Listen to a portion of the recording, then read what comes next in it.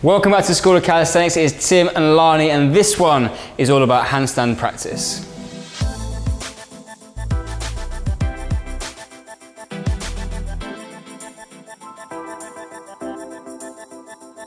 So when we're learning to handstand, we can take an approach where we learn from the bottom up and the top down to piece the movement together in sections, because it's a really complicated thing to just try and nail all in one go.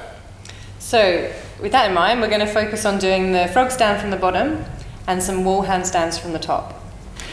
So let's have a look at the frog stand. We go through the basic exercise technique, and this is where all of our hand balancing from the floor working upwards is going to start from. We want to work in a handstand. We're not really into kicking up. We want to be able to go from a nice, strong, stable position and then press out in a complete show of strength and control. So I'm going to get Lani to jump in. She's going to give us a quick demo. So hands go on the floor. She's going to grip the floor with her fingertips so she can actually use those like her toes would help her to balance. She gets a nice bend in the elbow and the knees balancing up on top of the triceps, and she's just going to tip forwards until she can hold that position. So she holds a really nice shape there. It's looking really stable. She's showing off now because she could have come back down, but it's looking good. So Lani, tell them a little bit about how you've gone through that process of learning the frog stand and the things that the obstacles and the difficult things you come across along the way. Yeah, at first I found it really difficult to keep my bum up high. And if you don't keep your bum up high, you're just going to fall back down. So it's that seesaw effect and finding that midpoint where you can balance, so your head's in front of you but your bum's quite high. Yeah, and you've got perfect. Your feet there. So that position there, to get the bum higher, some of it is a bit of a commitment about tipping more forward, right? So we're going to touch on this in a minute about feeling like you're going to smash your face on the ground, and there's a couple of things that we can do. But having the confidence to tip the head down and keep the hips high, because it's much safer to kind of stay the head away from the floor. But with that position, you see how low the hips are without going into that shape.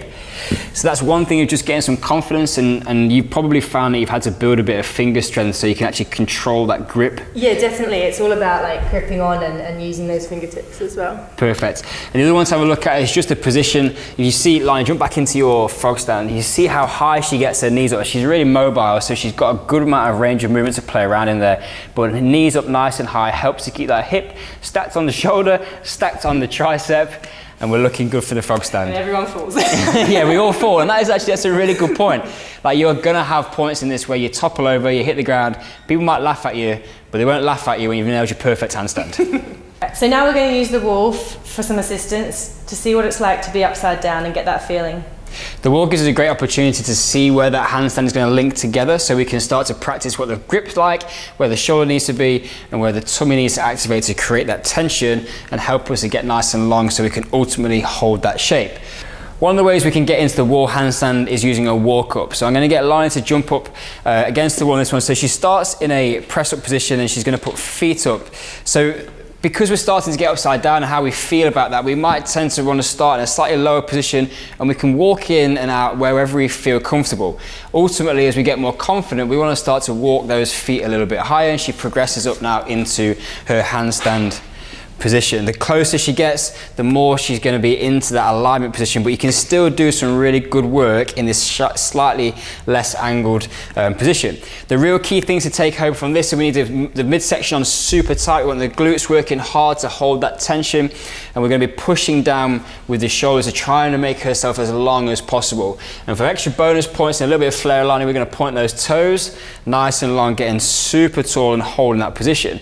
So you can spend a bit of time getting comfortable there and just building the strength, and you can walk back in. So as you come back down, and we've got the opportunity then, even if you put a few of these reps together, it's a great exercise in itself just to build some capacity strength around the shoulders. The other option we have to get up into the handstand position is the wall kick up. So Lani's going to again show us, so hands go on the floor. You want to be about a hand's distance away from the wall. If you go too far, you end up with this big banana back, and it's not great for starting to practice alignment. Now for some people, you're just going to need to progressively practice kicking from the front leg and using this back leg as a bit of a pendulum. And as you start to kick a bit higher, you'll find the wall, the feet go on, and then we're back into a similar position, tummy tight, particularly because in this shape you might want to feel like the back is going to arch. We lock in midsection, glutes are working hard. She's making herself as long as possible by pushing the hands into the ground and trying to slide her toes as high up the wall as she can, keeping the tension in there. Okay, brilliant, Lani. The other one that you can do with this one, if you're feeling a little bit apprehensive about kicking up to the wall, have a bit of confidence. This guy's not going anywhere, so you know it's going to be there, but sometimes you can get a little bit of help from your training buddy just to help you feel where you need to get to. So we're just going to show you that. Again, hands go on the floor. Lorna's going to kick up, but she probably doesn't know quite where she is, so I can just grab the leg and I can take her to the wall. That's a real bit of skill and some learning for where you are in space. Develops what we call kinesthetic awareness. All of a sudden you've got a much better idea of where your feet are in relation to your hands when you're upside down, and you can just spend some more time practicing that, get confident with it, and you're going to be kicking up against the wall in no time. We're going to look at how to bail out of a wall handstand now. I know it can be quite scary when you're up there to begin with, so yeah. These are really useful techniques for making sure that you can get your feet back on the ground when you're upside down, right? So there's a couple of different ways. The wall kick-up handstand is actually a little bit easier, because if we're going to come down, we're typically just going to end up in the same position that we started in. So let's have a quick look at that one. So hands on the floor, Lana's going to kick up into a position. Now, if anything's going a little bit wrong or she's losing her balance, then all she needs to do is she can just bring her feet back down the way that she came up. Dead simple. If we try the other way, and this is where people get a little bit more scared, because all of a sudden you're worried that you might come over the top and just do a massive body slam, which is not cool. We've got an option here, and you're actually way more flexible in this shape than you think, and all we're going to try and do is bring the feet down to the side. So let's have a look at that one. So we start in our press up position as we would do for our wall walk up. We're going to walk up to the wall.